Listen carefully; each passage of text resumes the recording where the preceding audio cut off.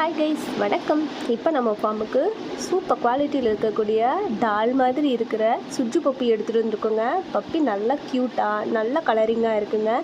பப்பியில் male female ரெண்டுமே இருக்குது. Puppy தேவைப்படுறவங்க கீழே இருக்கிற நம்பருக்கு கால் பண்ணுங்கள். மறக்காமல் நம்மளோட சேனலை சப்ஸ்கிரைப் பண்ணுங்கள்.